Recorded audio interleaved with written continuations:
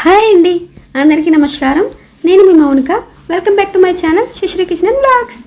ఈరోజు మనం గుళ్ళో ప్రసాదంలా ఎలా అయితే వస్తుందో పులిహోర అంతే టేస్టీగా మన ఇంట్లోనే చాలా చాలా బాగా చేసుకోవచ్చండి. చిన్న చిన్న టిప్స్ చూసుకుంటూ ఉంటే చాలా సింపుల్గా ఇంట్లోనే మనం చేసుకోవచ్చు.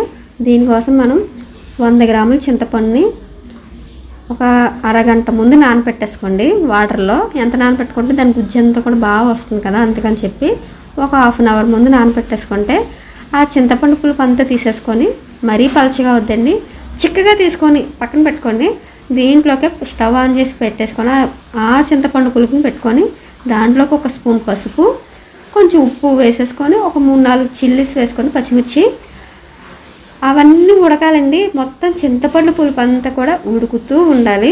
ఈ పసుపు ఎంత అలా మనకి తెల్లగా అవుతూ ఉడికిపోతూ ఉన్నప్పుడు మనకి ఒక కప్పు వరకు ఆయిల్ వేసుకోండి. ఒక కప్పు ఆయిల్ వేసుకుంటే ఏంటంటే పులిహోరలోకి మనం ఆయిల్ కావాలి కాబట్టి ఆయిల్ వేసుకోండి. ఇదంతా కూడా ఆయిల్ అంతా సపరేట్ అయిపోయి చింతపండు పులుపు అంతా కిందకి వెళ్ళిపోతుంది.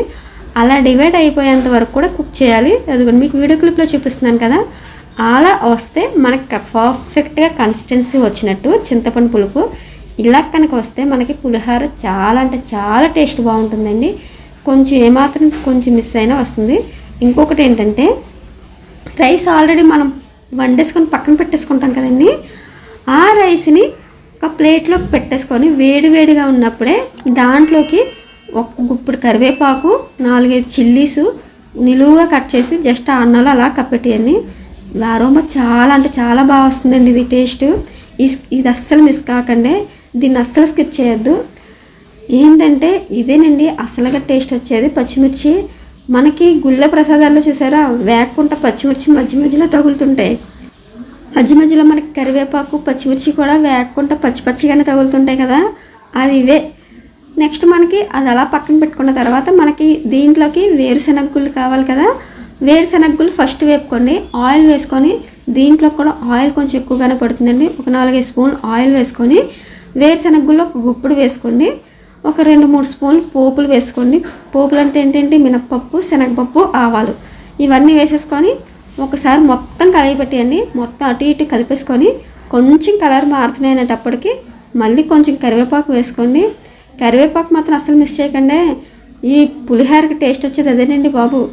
అసలు కొంచెం ఎక్కువగా వేసుకున్నా పర్వాలేదు, లేదు మాకు ఇష్టం ఉండదు ఇంట్లో వాళ్ళు తినరు అనుకుంటే తక్కువగా వేసుకోండి. ఎందుకంటే ఆల్రెడీ మనం అన్నంలో కొంచెం కప్పెడతాం కదా కరివేపాకు ఎంత ఉంటే అంత బాగుంటుంది. ఇప్పుడు ఈ అన్నం అంతా కూడా స్ప్రెడ్ చేయాలి, ప్లేట్ అంతా కూడా స్ప్రెడ్ చేస్తే ఇప్పుడు ఈ పోపును అంతా దాంట్లోకి వేసేసుకొని ఒకసారి అటు ఇటు మిక్స్ చేసేసుకోండి. మొత్తం మిక్స్ చేసేసుకొని ముందు ఆల్రెడీ మనం చింతపండు పులుపు పెట్టాం కదండి, పెట్టేసుకున్నాం కదా పక్కనే, దాన్ని కూడా ఇప్పుడు కొంచెం అలా అలా కలుపుకొని దీనికి ఇంకోటి ఏంటంటే ఆవపిండి అండి మెయిన్. మీకు ఇష్టమైతే ఆవపిండి కూడా లైట్గా అలా చల్లండి. ఆవపిండి వల్ల టేస్ట్ చాలా బాగుంటుందండి. ఇంగువ ఆవపిండి అస్సలు స్కిప్ చేయకండి. మన గుళ్ళో ప్రసాదం లాగా అదే టేస్ట్ తోటి అదే అరోమాతోటి అంత బాగా పర్ఫెక్ట్గా రావాలి అంటే ఈ రెండింటిని స్కిప్ చేయకండి. మీకు ఈ రెండు నేను వీడియో క్లిప్లో మిస్ అయ్యాయి కాబట్టి మీకు వాయిస్తో చెప్తున్నాను. కొంచెం కలిపేసుకొని మొత్తం అంతా కలిపేసుకుంటే అంతేనండి, చాలా అంటే చాలా ఈజీగా మనం ఎంతో టేస్టీగా ఉండే పులిహోర ఇంట్లోనే కమ్మరైన పులిహోర రెడీ చేసేసుకోవచ్చు. మీకు ఈ వీడియో నచ్చితే లైక్ చేయండి, షేర్ చేయండి, సబ్స్క్రైబ్ చేసుకోవడం అస్సలు మర్చిపోకండి. మీకు ఈ రెసిపీ నచ్చితే ఎలా వచ్చింది ఏంటి నాకు కామెంట్ రూపంలో చెప్పండి. చాలా అంటే చాలా టేస్టీ బాగుంటుంది. ఒకసారి ట్రై చేసి నాకు కామెంట్ చేయండి. Thank you for watching. Bye bye.